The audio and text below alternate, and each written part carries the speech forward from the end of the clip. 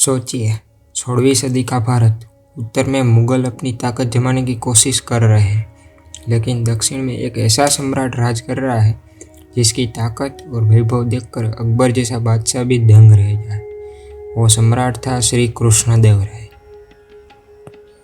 कृष्णदेवराय विजयनगर साम्राज्य के सबसे महान सम्राट। उनका शासनकाल भारतीय प्रायद्वीप का स्वर्ण युग माना जाता है।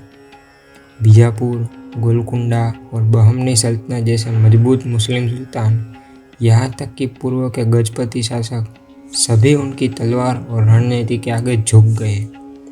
इतिहासकार मानते हैं कि उस समय कृष्णदेवराय के पास पूरे उपमहाद्वीप का सबसे बड़ा साम्राज्य था, लेकिन इतना विशाल साम्राज्य मिलना आसान नहीं था। दक्षिण भारत की सल्तनतें लगातार विजयनगर को तोड़ना चाहती थी। हर तरफ युद्ध, षड्यंत्र और साजिशें। ऐसे में कृष्णदेवराय को न सिर्फ तलवार से लड़ना पड़ा, बल्कि राजनीति और कूटनीति दोनों में अपने कौशल को दिखाना पड़ा। और यही वो दौर था जब पुर्तगाली यात्री डोमिंगो पेस और दुराते बारबोसा ने विजयनगर की यात्रा की। उन्होंने अपने लेखों में लिखा, विजयनगर की गलियों में इतना वैभव है, मानो पूरा शहर सोने से बना हो। बाजारों में सस्ते दामों पर अनाज, सब्जियां, फल और पशु बिकते हैं।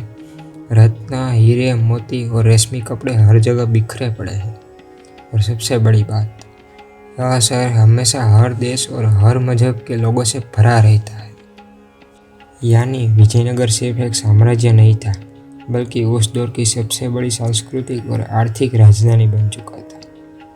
इतिहासकार के नीलकंठ शास्त्री लिखते हैं कि कृष्णदेवराय का शासनकाल विजयनगर की सबसे बड़ी सफलता का काल था, जब इनकी सेनाएं हर जगह विजयी थी और इसका वैभव चरम पर था। कृष्णदेवराय न सिर्फ एक महान योद्धा थे, बल्कि एक दूरदर्शी शासक और जो अपनी प्रजा के लिए समृद्धि और सुरक्षा लाए। आखिरकार कृष्णदेवराय की कहानी हमें यह सिखाती है कि एक सच्चा सम्राट सिर्फ तलवार से नहीं, बल्कि अपने साहस, दूरदृष्टि और न्यायप्रियता से महान बनता है। उनके शासन में दक्षिण भारत ने अपनी सांस्कृतिक और सैन्य पराकाष्ठा देखी। आज भी जब हम भारतीय इतिहास की स्वर्णिम गाथाओं को याद करते हैं, तो विजयनगर के उस सम्राट का नाम सबसे ऊपर आता है, सम्राट कृष्णदेवराय।